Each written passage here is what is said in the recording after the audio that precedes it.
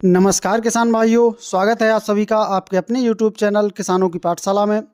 किसान भाइयों, आज के इस वीडियो में हम बात करेंगे कि जब हमारी लहसुन की फसल लगभग 40 से 45 दिन के आसपास की हो जाती है तो हमें लहसुन की फसल में कौन कौन से खादों का इस्तेमाल करना चाहिए, जिससे कि हमारी लहसुन की फसल में जड़ों का विकास अच्छा हो, फसल अच्छी तरह से ग्रोथ और बढ़वार करके चले, फसल में पीलापन की समस्या ना हो और हमारी लहसुन की फसल में किसी तरह के रोग और कीटों का प्रकोप ना हो, जिससे कि हमें लहसुन की फसल से एक शानदार और बढ़िया उत्पादन मिल सके। तो किसान भाइयों, इसके लिए कुछ विशेष महत्वपूर्ण बातों का भी ध्यान रखना है।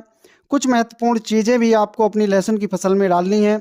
तो किसान भाइयों, इस समय आपको अपनी लहसुन की फसल में क्या क्या डालना है, किन किन बातों का ध्यान रखना है, यह पूरी जानकारी आज के इस वीडियो में आपको मिलने वाली है। तो आप वीडियो को लास्ट तक जरूर देखें। तो किसान भाइयों, बात करते हैं लहसुन की फसल के बारे में। तो अगर हम लहसुन की फसल में समय समय पर आवश्यक चीज़ों या आवश्यक पोषक तत्वों की पूर्ति नहीं करते हैं तो हमें लहसुन की फसल के उत्पादन में कमी देखने को मिलती है। तो सबसे पहले तो आपको अपनी फसल में क्या करना है कि यदि आपकी फसल में खरपतवार है तो आपको खरपतवार नाशी का उपयोग ना करके उसमें फसल की निराई गुड़ाई करनी है, जिससे कि फसल में कोई भी खरपतवार ना हो। क्योंकि अगर फसल में खरपतवार होते हैं तो जो भी हम खाद या पानी अपनी फसल में देते हैं उसका उपयोग खरपतवार ज़्यादा मात्रा में कर लेते हैं और हमारी फसल को भरपूर मात्रा में पोषक तत्व नहीं मिल पाते हैं।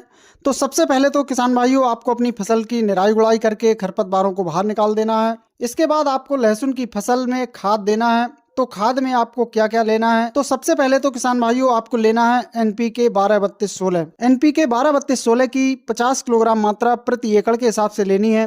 दूसरा, इसके साथ आपको लेना है बायोवीटा की 4 किलोग्राम मात्रा आपको प्रति एकड़ के हिसाब से लेनी है।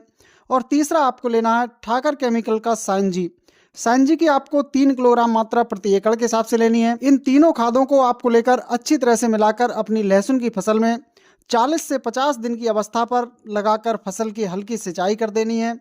ये खाद लगाने के 4 से 5 दिन बाद ही आप देखेंगे कि आपकी फसल बिल्कुल स्वस्थ और हरी भरी होकर चलेगी। फसल में जड़ों का विकास अच्छा होगा, फसल में पीलापन की समस्या नहीं होगी और आपको अपनी फसल से एक शानदार उत्पादन देखने को मिलेगा।